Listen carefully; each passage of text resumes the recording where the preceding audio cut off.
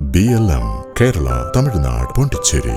ഡൽഹിയിലും കേരളത്തിലും നടന്ന ഒട്ടേറെ ചർച്ചകൾക്കും ട്വിസ്റ്റുകൾക്കും ഒടുവിലാണ് സംസ്ഥാന നഗരത്തിന്റെ ആദ്യ BJP മേയറായി VV രാജേഷിനെ പാർട്ടി നിയോഗിച്ചിരിക്കുന്നത്. സർവീസ് രംഗത്തെ പരിചയസമ്പത്തും രാഷ്ട്രീയ പരിചയസമ്പത്തും മാറ്റുരച്ചപ്പോൾ പല ഘട്ടങ്ങളിലും രാജേഷിന്റെയും മുൻ DGP-ആയ R ശ്രീലേഖയുടെയും പേരുകൾ മാറി മാറി കേട്ടിരുന്നു. ഒടുവിൽ ഏറെ വർഷങ്ങളായി തിരുവനന്തപുരത്ത് BJP-യുടെ മുഖമായി തുടരുന്ന VV രാജേഷിന് നറുക്കുവീഴുകയായിരുന്നു. കഴിഞ്ഞ ഒരു വർഷത്തോളമായി പ്രാദേശിക തലത്തിലേക്ക് ഒതുങ്ങിപ്പോയ VV രാജേഷ് മേയർ സ്ഥാനം നേടിയെടുത്ത് ശക്തമായ തിരിച്ചുവരവാണ് നടത്തിയിരിക്കുന്നത്. BJP 35 സീറ്റുകളിലായി തിരുവനന്തപുരത്ത് ചുവടുറപ്പിച്ച കഴിഞ്ഞ 2 കൗൺസിലുകളിലും സജീവ സാന്നിധ്യമായിരുന്നു രാജേഷ്. ഭരണ നടത്തിപ്പിന്റെ അകംപുറം അറിയുന്ന രാജേഷ് തലപ്പത്ത് വരുന്നത് ഇരു മുന്നണികളെയും പ്രതിരോധിക്കാൻ ഏറെ ഗുണകരമാകുമെന്ന വിലയിരുത്തലാണ് പാർട്ടി നേതൃത്വമുള്ളത്. 2015-ലും 2020-ലും BJP-യുടെ പ്രചരണത്തിന് ചുക്കാൻ പിടിച്ചിരുന്നതും VV രാജേഷ് തന്നെയായിരുന്നു. മേയർ സ്ഥാനാർത്ഥിയെ നിശ്ചയിക്കുന്ന വിഷയത്തിൽ സംസ്ഥാന നേതൃത്വം സ്വീകരിച്ച നടപടിക്രമങ്ങളിൽ മുൻപ് പ്രബലരായിരുന്ന ഒരു വിഭാഗം അതിശക്തമായ വിയോജിപ്പ് രേഖപ്പെടുത്തിയെന്നതിനും ചർച്ചകൾ സാക്ഷ്യം വഹിച്ചിരുന്നു. കേരളത്തിൽ ആദ്യമായി ഭരണം കിട്ടിയ തിരുവനന്തപുരം കോർപ്പറേഷനിൽ ദേശീയ ശ്രദ്ധ ആകർഷിക്കാൻ കഴിയുന്ന തരത്തിലുള്ള മേയർ വേണമെന്ന നിലപാടിലാണ് ദേശീയ നേതൃത്വം സ്വീകരിച്ചിരുന്നത്. ഈ സാഹചര്യത്തിൽ ബുധനാഴ്ച രാത്രി വരെ R ശ്രീലേഖയ്ക്കാണ് മുൻതൂക്കം എന്ന നിലയിലാണ് ചർച്ചകൾ പുരോഗമിച്ചിരുന്നത്. കൗൺസിലർമാരിൽ കൂടുതൽ പേരും രാജേഷിനെ പിന്തുണച്ചുവെങ്കിലും ദേശീയ നേതൃത്വത്തിന്റെ താൽപര്യം ഉൾപ്പെടെ നിരവധി ഘടകങ്ങൾ ശ്രീലേഖയ്ക്ക് അനുകൂലമായിരുന്നു. കൗൺസിലർമാരെ ഒറ്റയ്ക്കൊറ്റയ്ക്ക് കണ്ട് അഭിപ്രായ സമാഹരണം നടത്തിയിരുന്നു.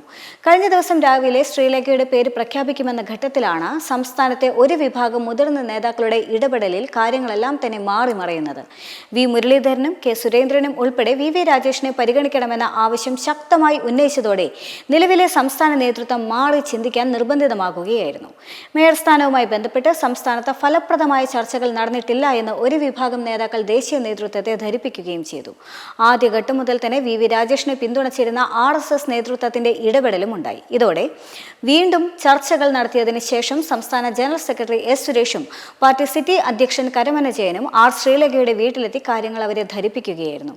ഡെപ്യൂട്ടി മേയർ സ്ഥാനം ഏറ്റെടുക്കാൻ സന്നദ്ധനാകുക, അല്ലെങ്കിൽ വരുന്ന നിയമസഭാ തെരഞ്ഞെടുപ്പിൽ ഏറ്റവും വിജയസാധ്യതയുള്ള മണ്ഡലത്തിൽ മത്സരിക്കുക തുടങ്ങിയ സമവായ നിർദ്ദേശങ്ങളാണ് BJP നേതൃത്വം ശ്രീലേഖയ്ക്ക് മുന്നിൽ വെച്ചത്. നിയമസഭാ സീറ്റ് എന്ന നിലയിലാണ് ധാരണ എത്തിയിരിക്കുന്നതെന്നാണ് സൂചന. വട്ടിയൂർക്കാവ്, നേമം, കഴക്കൂട്ടം എന്നീ മണ്ഡലങ്ങളാണ് തിരുവനന്തപുരത്ത് BJP ഉറ്റുനോക്കുന്നത്. തിരുവനന്തപുരത്ത് BJP-യിൽ നിലനിൽക്കുന്ന ഗ്രൂപ്പ് ഭിന്നതകൾ മേയർ ആരെന്ന ചർച്ചകളുടെ ആദ്യം മുതൽ തന്നെ പ്രതിഫലിക്കുകയും ചെയ്യും.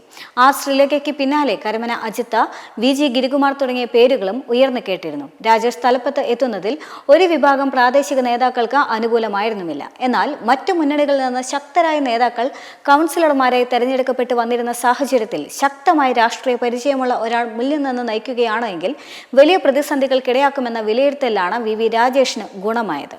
പതിറ്റാണ്ടുകൾ നീണ്ട LDF ഭരണത്തിന് ശേഷം BJP ആദ്യമായി ഭരണത്തിലേക്ക് എത്തുമ്പോൾ വലിയ രീതിയിലുള്ള വെല്ലുവിളികൾ പ്രതിപക്ഷം ഉയർത്തും എന്ന കാര്യത്തിൽ സംശയമേതുമില്ല. രാഷ്ട്രീയ നയചാതുര്യയോടെ അതിനെ നേരിടാൻ കഴിയാതെ വന്നു കഴിഞ്ഞാൽ ഭരണം പ്രതിസന്ധിയിലാകുന്ന അവസ്ഥയും ഉണ്ടാകാൻ സാധ്യതയുണ്ട്. തിരുവനന്തപുരം കോർപ്പറേഷൻ ഭരണം BJP പിടിച്ചെടുത്തത് വലിയ ചർച്ചയായ ഘട്ടത്തിൽ ദേശീയ തലത്തിൽ തന്നെ ഏവരും ഉറ്റുനോക്കുന്നതാവും ഇനി അങ്ങോട്ടുള്ള തുടർ നടപടികളെല്ലാം തന്നെ. 45 ദിവസത്തിനുള്ളിൽ തന്നെ പ്രധാനമന്ത്രി നരേന്ദ്രമോദി തന്നെ നേരിട്ട് തിരുവനന്തപുരത്ത് എത്തി വികസന പ്രഖ്യാപനങ്ങൾ നടത്താൻ സാധ്യത ഏറെയുണ്ട്. നിലവിൽ കേവല ഭൂരിപക്ഷമായ 51 എന്ന മാജിക് സംഖ്യ സ്വതന്ത്രന്റെ പിന്തുണയോടെ നേടിയെടുത്ത് ഭരണം സുഗമമായി മുന്നോട്ട് കൊണ്ടുപോകാനാണ് നേതൃത്വത്തിന്റെ ശ്രമം. എന്റെയും BLM-ന്റെയും ക്രിസ്മസ് പുതുവർഷ ആശംസകൾ.